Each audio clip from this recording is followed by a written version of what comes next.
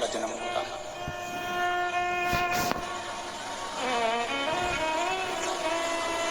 तप की मुद्रा है घर की बेटियां, साधना की मुद्रा है हमारी घर की बहनें, श्रद्धा और विश्वास की मुद्रा है हमारे घर की बुजुर्ग माताएं। इनका एक स्वरूप शंकर से जुड़ा हुआ होता है, शिव तत्व से जुड़ा हुआ होता है। और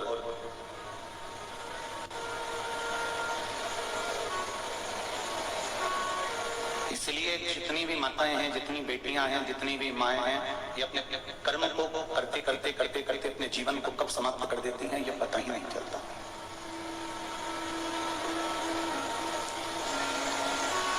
चतुर्मास आज प्रारंभ हो रहा है, चतुर्मास आज से प्रारंभ होगा। भगवान देवादिदेव महादेव कार्य संभालेंगे, शिव अपना कर्म प्रारंभ करेंगे। तो मेरा तो इतना सा निवेदन रहेगा कि आप शंकर भगवान के चरणों में निष्कपट भाव से, कुछ लेना नहीं है हमें तो केवल अपने मन की बात, अपने हृदय की बात, अपनी दशा, अपनी चित्त की बात, अपने मन की बात शिव तक ले जाकर कह देना।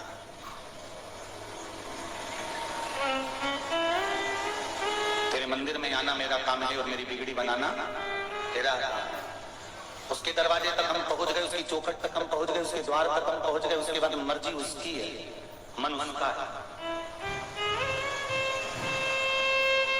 अब वो दर्शन दे ना दे, रास्ते में से वापस लौटा दे कि तुम्हें बिठा दे, ये उसकी मर्जी है।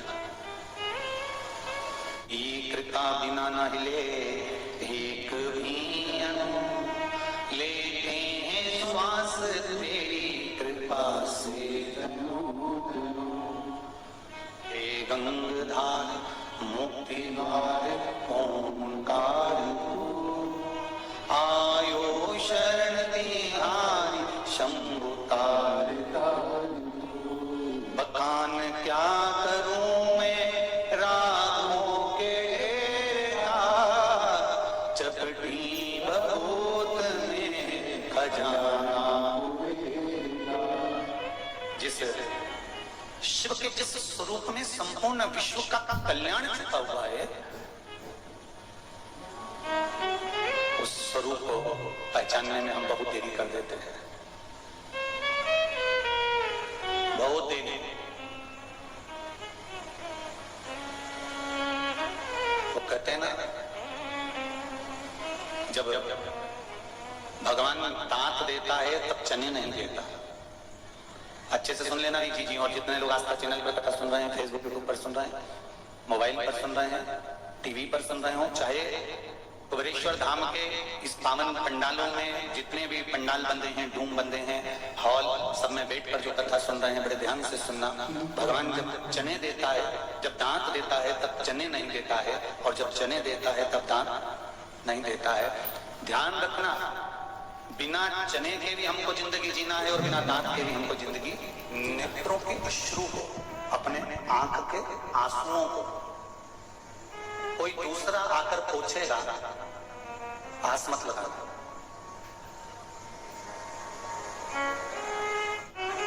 अपने नेत्र के अश्रु को, अपने आंख के आंसू को कोई दूसरा आकर पोछेगा, ये आस मत लगाना। एक बात का अंदाजा रखना कि अपने नेत्र के अश्रु, अपने आंख के आंसू, अपने नेत्र के अश्रु अपने को स्वयं पोंछना है। क्यों? अगर आपके आंख के आंसू आप पोंछ लो तो ठीक है, अगर कोई दूसरा पोंछता है तो हमारे ऊपर एहसान कर कर जाता है, और फिर एक दिन हमको भी इसके आंसू पोंछने के लिए जाना पड़ता है।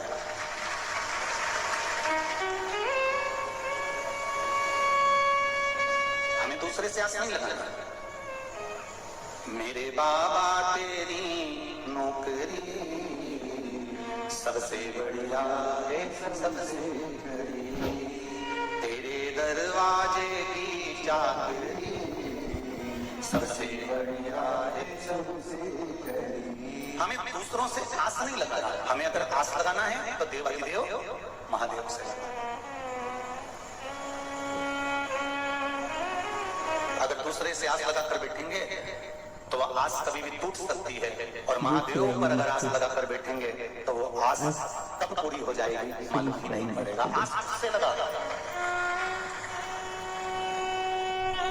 विश्वास उस पर करिए, भरोसा उस पर रखिए, और जिस दिन विश्वास भरोसा आस मेरे देवाधिदेव महादेव पर रहेगा, उस दिन से फिर मानसिक टेंशन तुम्हारा सब शिव जी का रहेगा।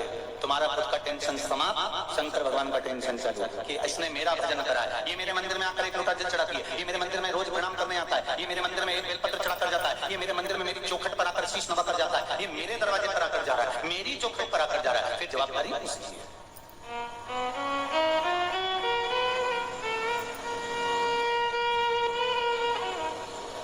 गुरु का काम क्या है?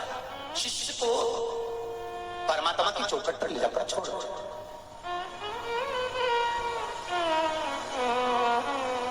अब सौंप दिया इस जीवन का सब भार तुम्हारे हाथों में, हे हार तुम्हारे हाथों में, और जीत तुम्हारे हाथों में। सदगुरु का काम है आपको परमात्मा की चौखट तक ले जाकर छोड़ दे, आपको परमात्मा के दरवाजे तक ले जाकर छोड़ दे, आपको भगवान के पथ पर ले जाकर छोड़ दे। क्यों? उसके बाद में फिर परमात्मा की मर्जी, वो पारेगा, संवारेगा, क्या करेगा ये उसके ऊपर है।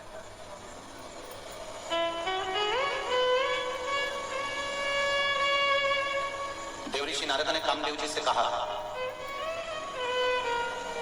देवऋषि नारद ने कामदेव से कहा, ए कामदेव, अभी भी मौका है, ले ले गुरु दीक्षा, अभी भी मौका है, किसी गुरु की शरण में चले जा, किसी गुरु के चरणारविंद में बैठ जा।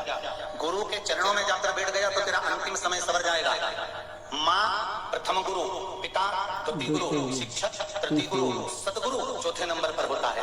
बचपन माँ संवार देती है, जवानी पिता संवार देता है, अधेड़ी शिक्षक संवार देता है। जब अंत समय आता है, यम के दूत बंदी बनाने के लिए आते हैं, उस समय पर सतगुरु का वचन संवार देता है, तब सतगुरु का वचन याद। अंत बिंदु में, अंत समय प्रभु कुटुंब करेगा, अंत समय प्रभु आना पड़ेगा, वचन दिया तो निभाना पड़ेगा। महाराज, बचपन में माँ साथ दे जाएगी, माता रूपी गुरु आपका साथ देंगे। जवानी में पिता का ज्ञान साथ दे जाएगा।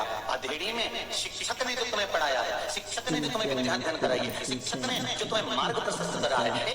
शिक्षक पढ़ाने वाला जो शिक्षक होता है वो आपके मार्ग को निश्चित कर देता है।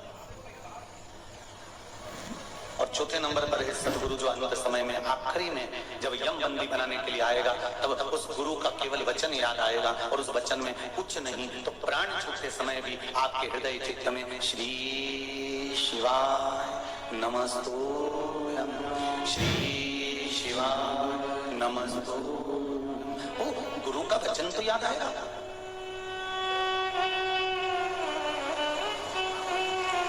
एक बात कहें, आपने अंदाजा लगाया होगा, जब से शिव महापुराण की कथा लोगों ने सुनना चालू करी और इनके परिवार में जब कोई तकलीफ आई या कोई हॉस्पिटल गया या किसी को तकलीफ हुई या कोई बीमारी हुई, तो कोई ना कोई ऐसा फोन लगाकर इनको बोल ही देता है कि एक बार तो शिव महापुराण की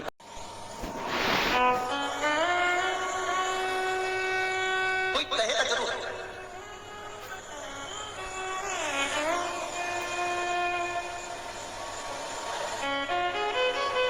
सत्मार्ग बताने के लिए कोई ना कोई आपके सामने खड़ा मिल गया। और जीजियों, मेरी माताओं, मेरी बहनों, मेरे भाई, आपने भी ना जाने कितने लोगों को पशुपति व्रत बताया होगा। बोलो री सही हो कि गलत है? आपने भी ना जाने कितनों को कॉपी में लिख लिख के रखा और उपाय बताया है, ना जाने कितने।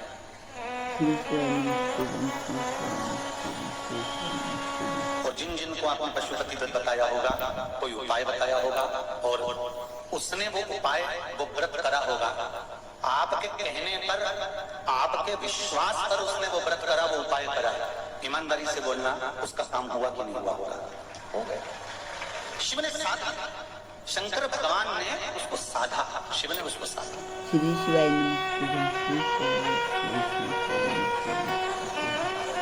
ये शिव महापुराण के ये केवल शब्द नहीं है जो आप और हम श्रवण कर रहे हैं।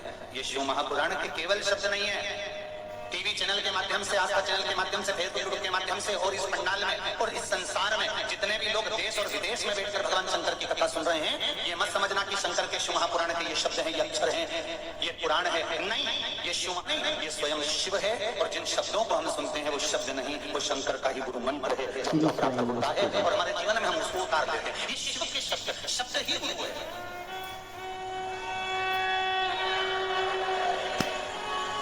शिव महापुराण के जितने शब्द हैं यही गुरु है। और शब्द को अगर हमने गुरु मान लिया तो जीवन के गुरु ढूंढ रहे हैं पर गुरु मंत्र नहीं ढूंढ रहे। बहुत ध्यान देना, आज एकादशी की कथा है, देव सोनी एकादशी है, देवता सो रहे हैं पर तुम जागते रहे। बहुत ध्यान देना, साधारण नहीं है। हम गुरु ढूंढ रहे हैं, गुरु मंत्र नहीं ढूंढ रहे। हम गुरु भी वो ढूंढ रहे हैं जो ऐसा मंत्र दे दे कि हमको ऐसा हंडा मिल जाए और कहीं से धन मिल जाए, या हम कुछ ऐसा कर जाए कि चुटकी बजाए या यूं करके घुमा दे और कहीं का धन निकल के सामने आ जाए। बस हम वो गुरु ढूंढने का प्रयास कर रहे हैं जो चमत्कार कर रहे हैं।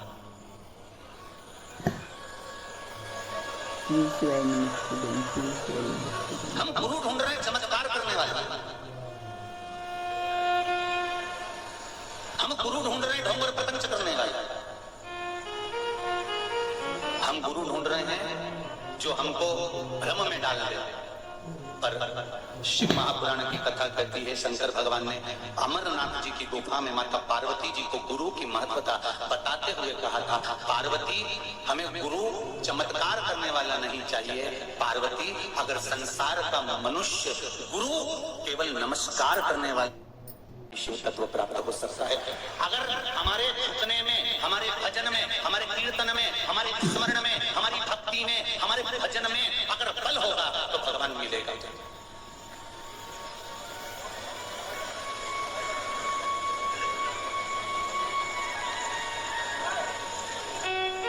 भजन में बल और